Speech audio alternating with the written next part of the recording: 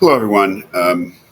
I'm sure we've all had a chance to look at the syllabus, look at how the Canvas site is set up, and have a notion of what we'll be doing in the course. This is a video to talk about all these things just to make sure that I've clarified enough, given enough information, and please feel free to contact me by phone or email with any questions you might have. As you see here in the syllabus, both have been provided. So, as far as course description, this is an introduction to moral philosophy. I mean, this we will be reading moral philosophy. We're already doing moral philosophy in the first two classes in our discussions about these case studies or hypothetical scenarios or fictional situations that raise moral questions. So we're already doing it. I mean, part of doing moral philosophy is just thinking about ethical situations in a harder way than we usually do, focusing on them. So our emphasis is on developing moral reasoning skills as practice in doing just what we're doing today, but also, as we'll see, practice in terms of being able to employ the principles of moral philosophers in doing this sort of reasoning about fictional scenarios. Seeing how much an acquaintance with formal ethics and moral philosophy can help us to improve those skills. It's kind of the background idea of the course. So you'll see there. Requirements. Okay, so the ethical analyses, we've already done two of them. There'll be some review questions for the readings that we'll do. Those are after we've discussed a certain text. There'll be a set of review questions that are due that same day at night.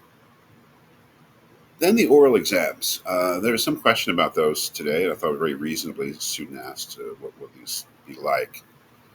And they asked, what will it be like the kind of discussions we had today, the kind of free, open, no presupposition sort of discussion, moral discussion or ethical analysis of a certain situation?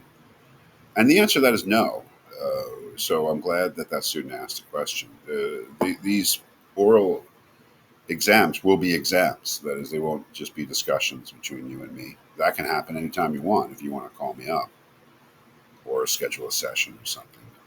But no, the oral exams are reading knowledge exams. I will ask you questions about the things we will have read beginning next week for the course. The midterm, obviously, in a more limited way. The final comprehensive exam in a comprehensive way. I'm looking for your ability to tell me what the texts are about. They won't be tricky questions. They will be questions about the things that I consider to be basic and essential and most important about these texts, and things that we'll focus on in class. So preparation for these exams is simply, doing the readings and paying attention in class, and crucially asking me questions if you don't think you understand something, which is something that a teacher is there for. And I don't think students take advantage of that as often as they should. So yes, the oral exams will be exams, examinations on your reading knowledge of the material. So that's about it in terms of the requirements for the course. If you have any questions about that, please let me know. The plagiarism and cheating thing and Chat GPT. I mean, obviously, you know, cheating. And I'm really thinking of in class exams. But plagiarism obviously is cheating.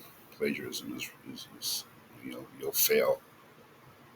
You'll fail you would, or if you were to, if someone were to do it. I don't expect it to happen, but if someone were to do it, it would simply be failing the assignment and perhaps the course, and perhaps being brought under some kind of discipline by the university. It's a very serious matter. And let me just clarify: submission of AI generated text, as for instance from ChatGPT, is plagiarism. There's just no question about it, and will be treated as such. So if you have ChatGPT write something for you and you turn it in, that's no different from what Joe did.